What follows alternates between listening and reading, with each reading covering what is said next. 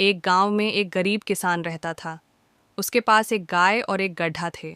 गाय हर दिन खेतों में काम करती और किसान को दूध भी देती थी।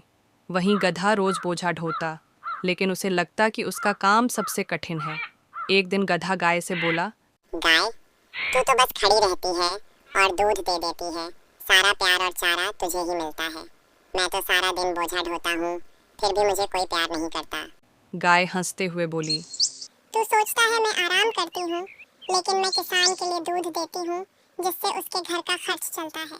अगर मैं दूध देना बंद कर दूँ, तो किसान मुझे बेच देगा। गधे को बात समझ नहीं आई। उसने सोचा, अगर मैं भी कुछ अलग करूं तो मुझे भी किसान का प्यार मिलेगा। अगले दिन गधे ने खेत में जाकर हल जोतने की कोशिश की, लेकिन वह गिर गया और सारे खेत खराब कर दिए। किसान बहुत गुस्सा हुआ और उसे मारा भी। और किसान बोला, चलो घर और मारेंगे। गधा डर जाता है। तभी किसान गड्ढे को लेकर घर की ओर चल देता है। घर पहुंचते पहुंचते रात होता है। किसान घर के अंदर जाके सो जाता है। फिर गधा सोचता है कि क्यों ना मैं जंगल में भाग जाऊँ। फिर गधा जंगल की ओर निकल जाता है।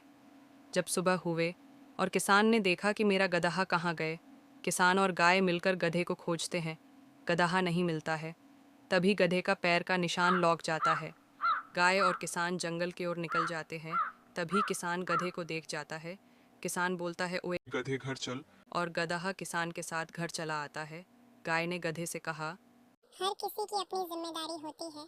अगर हम अपनी भूमिका अच्छे से निभाएं, तो सबका भला होता है।